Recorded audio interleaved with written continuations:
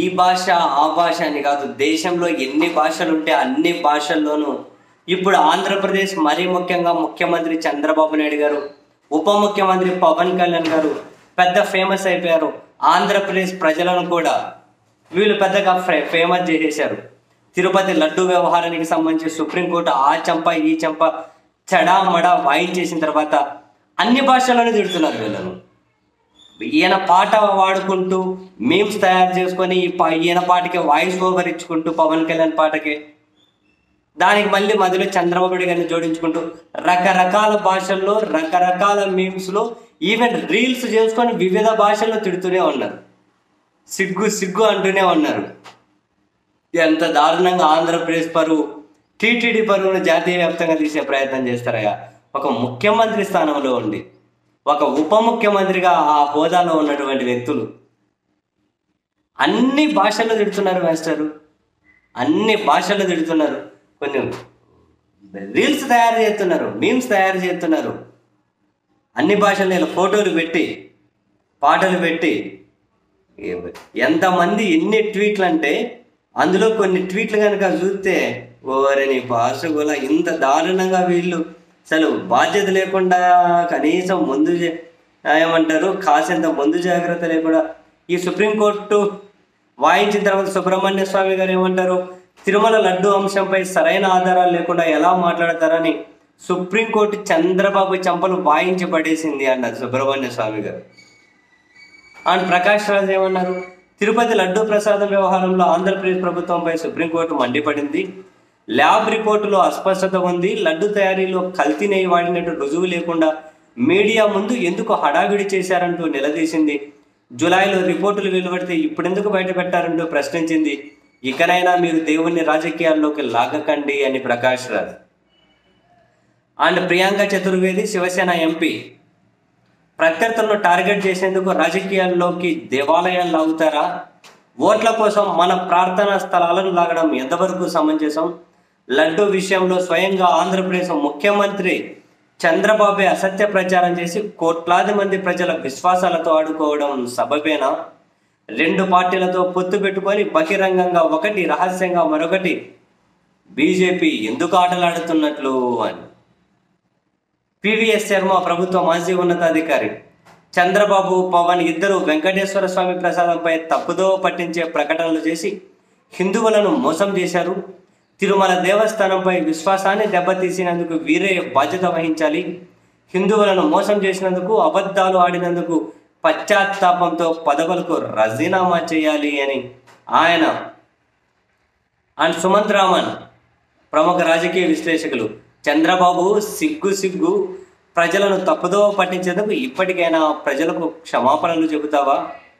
And Sridhar Ramaswamy AICC national social media coordinator, Tirupati లడ్డూను అడ్డు పెట్టుకొని మతపరమైన భావోద్వేగాలు ప్రేరేపించేందుకు చంద్రబాబు వ్యవహరిస్తున్నారని మేము గతంలోనే చెప్పాను. ఈరోజు సుప్రీంకోర్టు సరిగ్గా అదే చెప్పింది అని.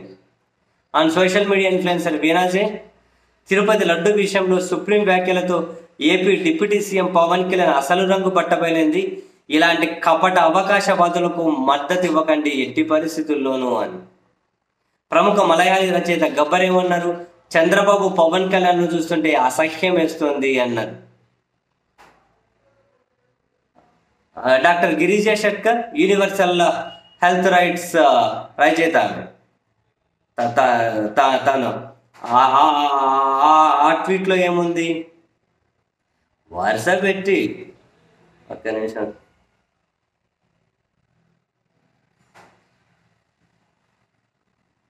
ఒక భాషలో లేదు అన్ని భాషలు తిడుతూనే ఉన్నారు.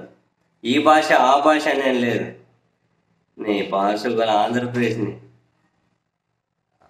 Doctor Girija Shatkar universal health rights advocate, రాజకీయ ప్రయోజనాల కోసం చంద్రబాబు పవన్ కళ్యాణ్ కోట్లాది మంది హిందువుల విశ్వాసాన్ని దెబ్బతీశారు.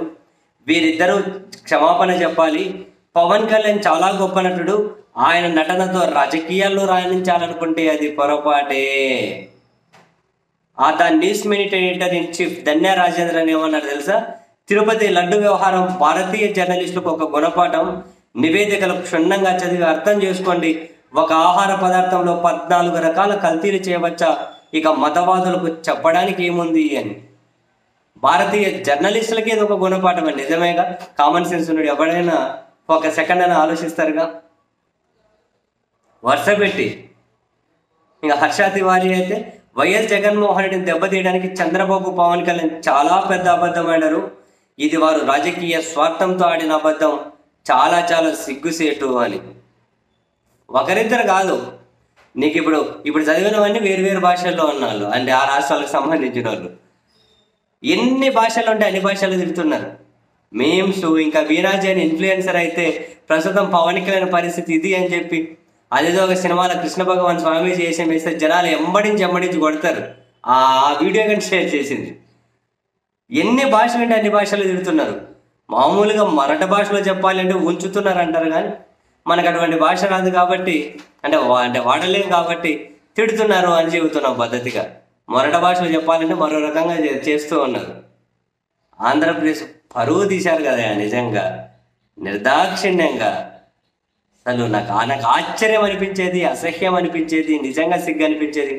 ఒక ముఖ్యమంత్రి స్థానంలో ఉండి ఇంకా ఆయన ఉప ముఖ్యమంత్రి అని ఆయన అంటే సరే, ముఖ్యమంత్రికి యొక్క ఈయన ఆస్థాన నటుడు కాబట్టి ఆయన చెప్పినట్లు ఆయన తైతక్కలాడతారేమో ఓకే, కానీ ఈయన కామన్ సెన్స్ ఉండదు, అది వేరే విషయం లేండి. కానీ ఎంత దారుణమైన ప్రవర్తన, నీచంగా. అని ఇప్పటికైనా బుద్ధి తెచ్చుకొని రాజకీయాలు చేయాలన్నది మన పాయింట్. ఇప్పటికైనా బుద్ధి తెచ్చుకోండి, మించిపోయింది ఏం లేదు. వరుస పెట్టి తీసుకుంటున్నారు. రాజకీయ అధికారంలోకి వచ్చి 100 రోజులు పూర్తి కాకుండానే శత రాజకీయాలు ఏంది స్వామి.